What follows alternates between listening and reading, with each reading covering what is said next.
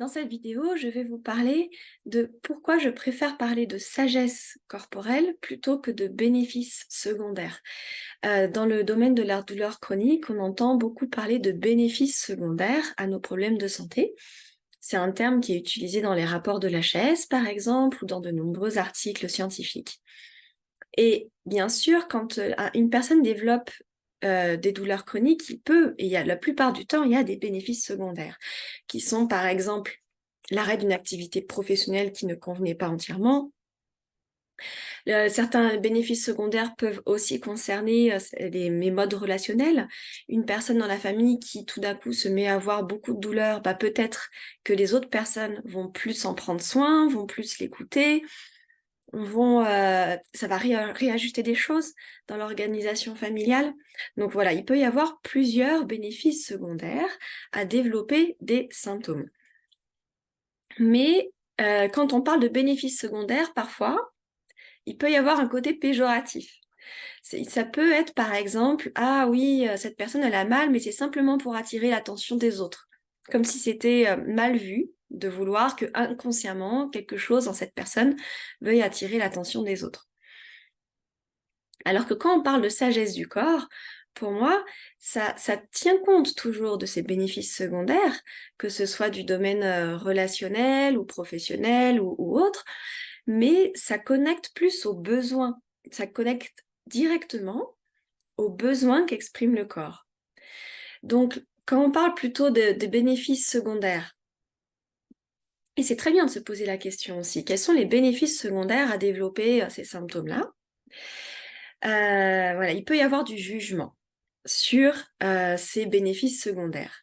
Quand on parle de sagesse du corps, en tout cas moi, quand je parle de sagesse du corps, ça relie directement aux besoins qu'exprime le corps, et ce besoin est entièrement légitime. Le besoin de prendre soin de soi, le besoin de s'écouter, le besoin de ralentir, le besoin de faire quelque chose qui nous nourrit. Ça accorde beaucoup plus de valeur, de crédit aux besoins exprimés par le corps.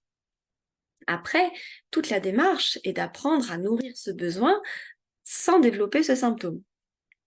Donc voilà un premier point pourquoi je préfère parler de sagesse corporelle plutôt que de bénéfices secondaires.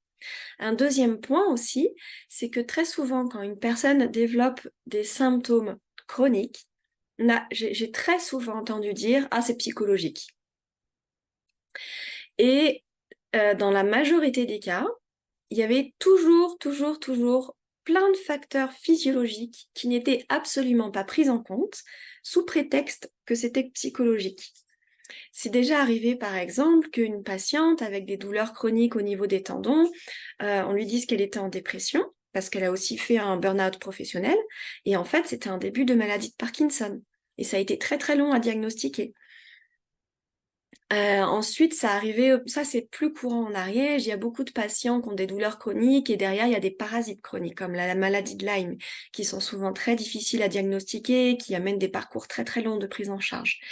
Donc c'est aussi pour ça que j'aime bien parler de sagesse du corps.